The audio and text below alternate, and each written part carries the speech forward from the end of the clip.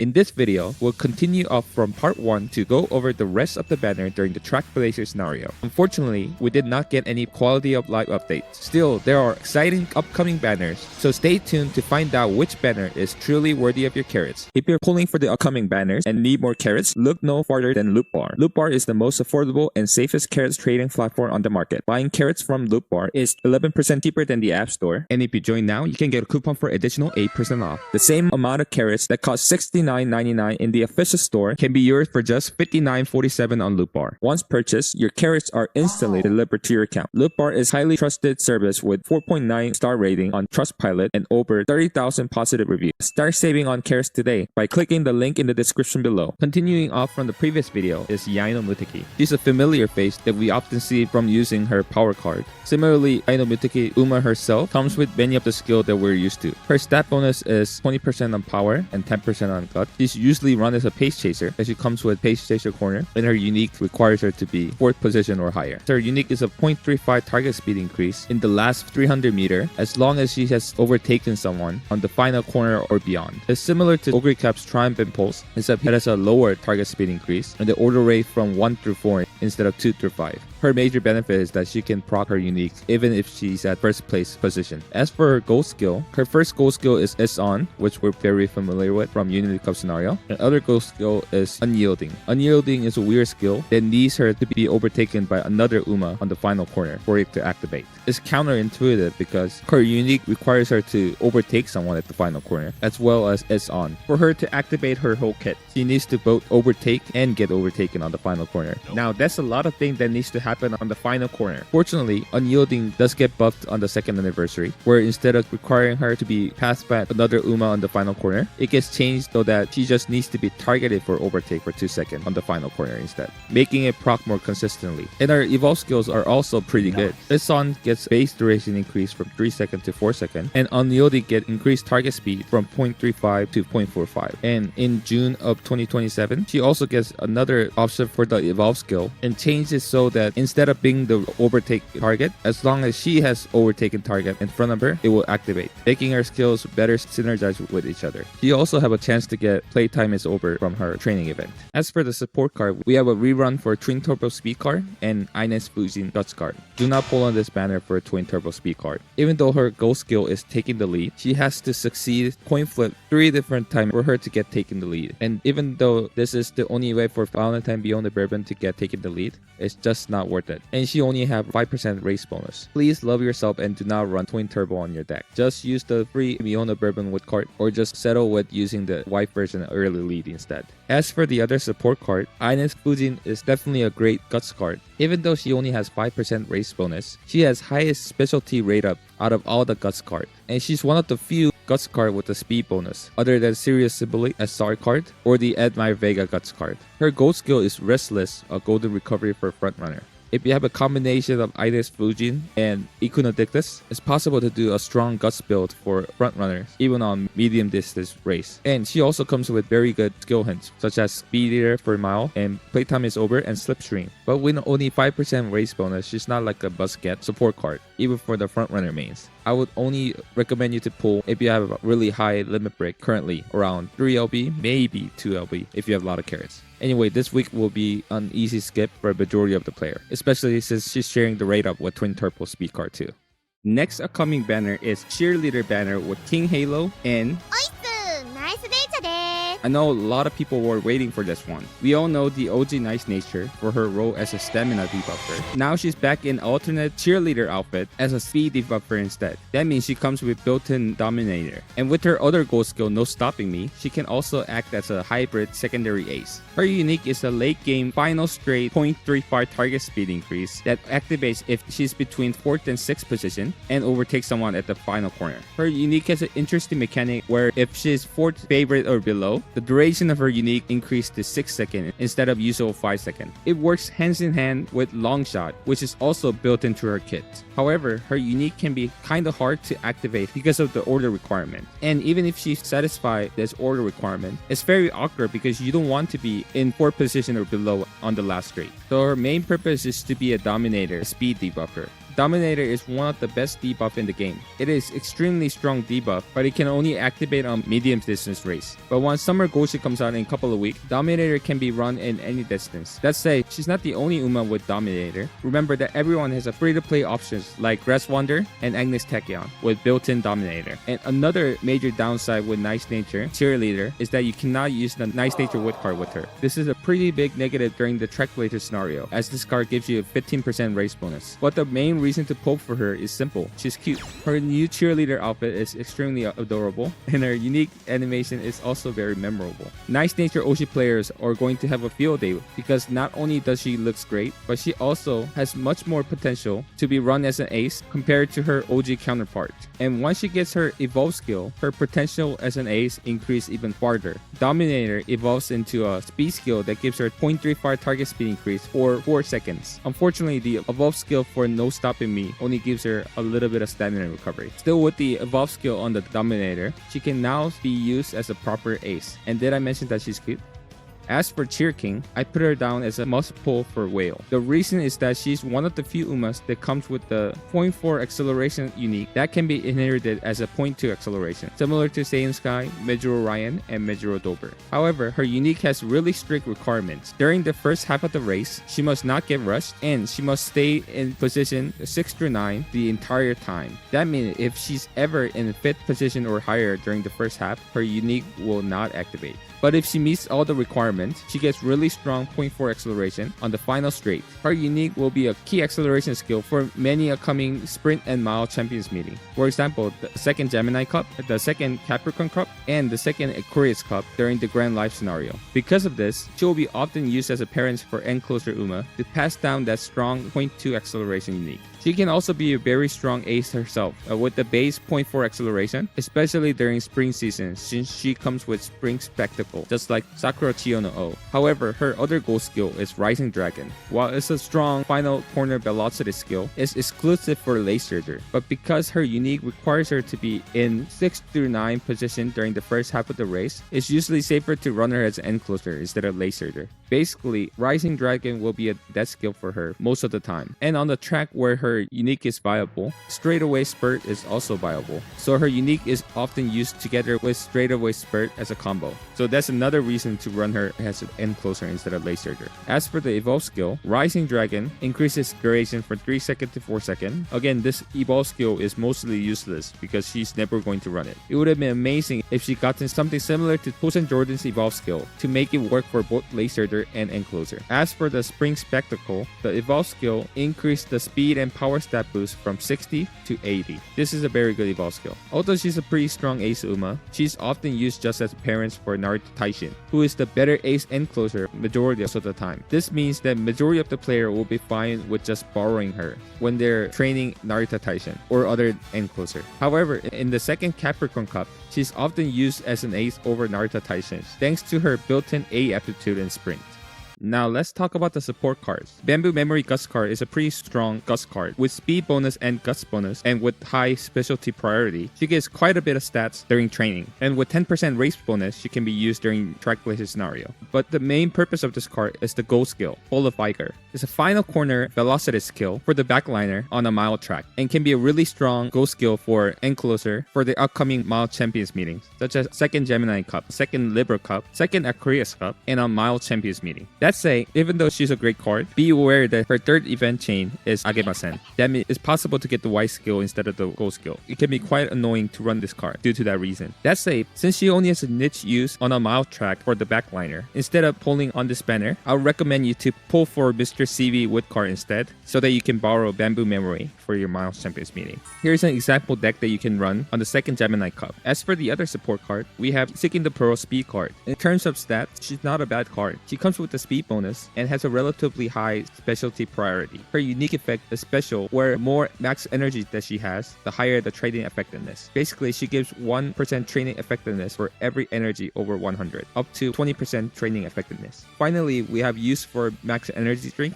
Just kidding, it's not that great, as she only comes with 5% race bonus. While she comes with pretty good skill hints, such as Firm Condition, Slick Surge, Head On, and Uma Stand, her gold skill is Dauntless, which is exclusive for Lace Surger. It's a pretty good skill on the mountain and sprint track for the Lace Surger. However, Lace Surgers are not at good place at the moment. They're kinda cold, like there is no reason to run them over in closer. So even if you pull this card, you won't see much use for her until Lace Surger gets more supports in the future. So I would suggest you to skip pulling for Seeking the Pearl card. As for the free SSR card, we have the Kawakami Princess Power card. The only thing special about her is that she has 2 power bonus and will give you tons of power stat when you're training with her. However, her gold skill is unyielding, and we already discussed how awkward the skill can be when we talked about Yaeno Muteki. Overall, she's just a forgettable free SSR card. You won't see much use for her.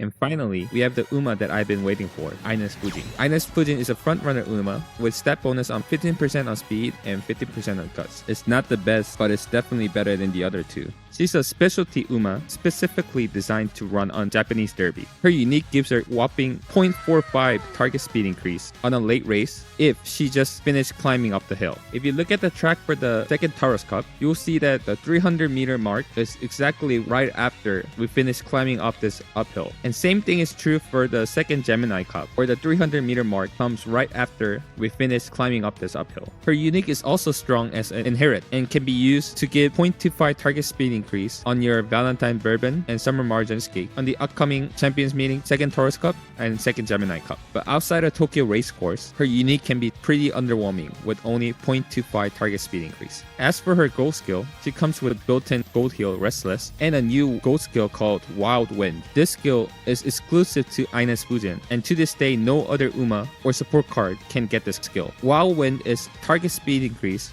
plus speed debuff skill. It's basically the medium version of Speed Eater with higher target speed increase. And similar to Speed Eater, it's extremely strong skill. However, it can be quite expensive, but it's totally worth it. And other downside is that unlike Speed Eater, it's impossible to run more than one Wild Wind on your team. You won't be able to combo with your double front runner, so the speed debuff is not as effective. She also comes with Tokyo Race Course. Basically, she already comes with 1 out of 3 green skill necessary to trigger her groundwork. Other interesting thing about Ines Fujin is that she has a training event which gives hint for playtime is over, and one of her Dirty Energy event also has an option to give her a hint for dodging danger, which is extremely good. While not applicable during track racer scenario, her secret event gives her a hint for early lead and front runner straight away. As for her evolve skill, Restless will also give her increased target speed for short duration, and Wild Wind will have its base duration increased from 1.8 second to 4 second. These are very good evolve skill that will make her middle game much stronger to better contest for the first place spot to get angling and scheming, making her much stronger full on Japanese Derby. Although she's not like a must pull Uma or anything, I'm extremely looking forward to Ines Fujin, as she is my second favorite Uma. I've always been a sucker for Tracker Girl archetype. Maybe that's why I like Uma Musume so much. In my opinion, no other runners looks as happy and joyful while running as Ines Fujin. It feels like she genuinely enjoys racing just for the sake of running. And unlike some other Umas with diabolical, dysfunctional race outfit, I love how Ines Fujin's race outfit looks like a proper race attire that actual runner would wear. And she looks extremely cool when she's running with this outfit. Although her attire does have a resemblance to the grandma from K-pop Demon Hunter.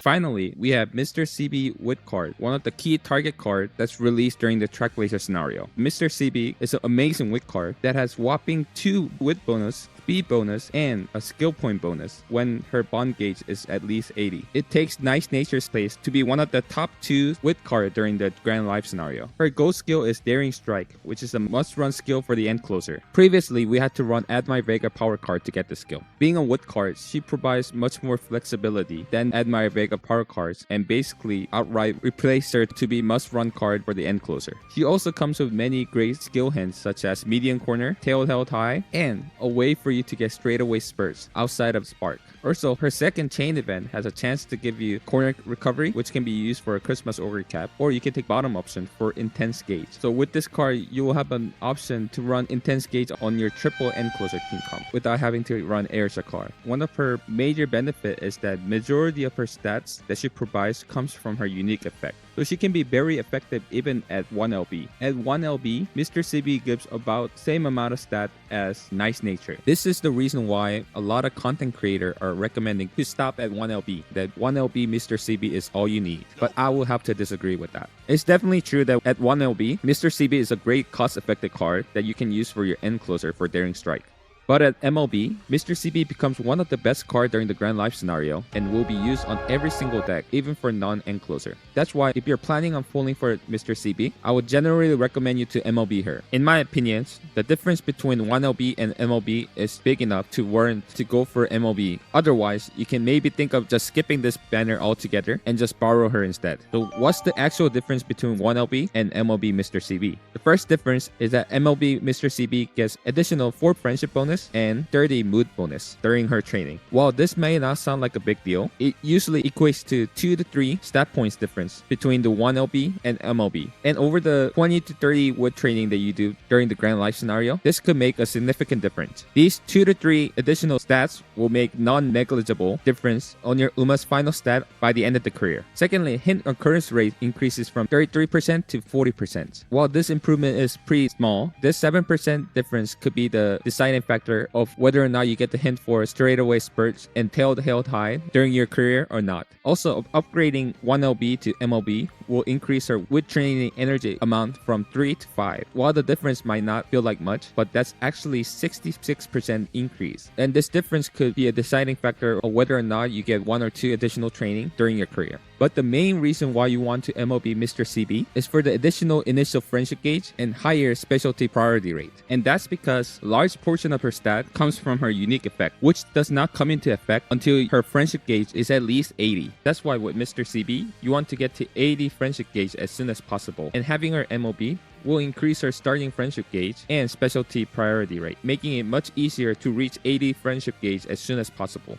This is especially important during our next scenario, Grand Life, where it's important to do friendship training as soon as possible. Because friendship training doubles the amount of scenario-specific resource called performance token that we get from a single training. I will talk about what these performance token can be used for when we get closer to Grand Life scenario. But for now, just know that the more performance token that you have, the better. That's why doubling the amount of performance token that you get by doing a friendship training is extremely important. And a reason why cards like Kita-san with high specialty priority and high initial friendship gauge are extremely strong during the Grand Life scenario. That's why Mr.CB is one of the best wood cards during the Grand Life scenario with the higher initial friendship gauge and higher specialty priority. But at 1LB, she gives less stat, takes longer or around the same amount of time to reach friendship training, and have the same low specialty priority compared to the existing wood card that we have at the moment. There is basically no benefit of using her over the existing wood card, other than to get a hint for Daring Strike. JP and KR player already had difficult time using Fine Motion in Grand Life scenario due to her lower initial friendship gauge and lower specialty priority. If you also add 1LB Mr.CB into your deck, it will still take forever for you to start friendship training on a wit facility. And sometimes you'll need to run her with Yukino Bijin wit card to get No Stopping Me. Imagine trying to max your wit stat while running these 2 cards simultaneously. It will feel like you're playing with 2 ankle weights instead of 1. You're not going to have a very fun time. But if you at least have Mr.CB MLB, then you'll have much easier time running her with Yukino Bijin wit card.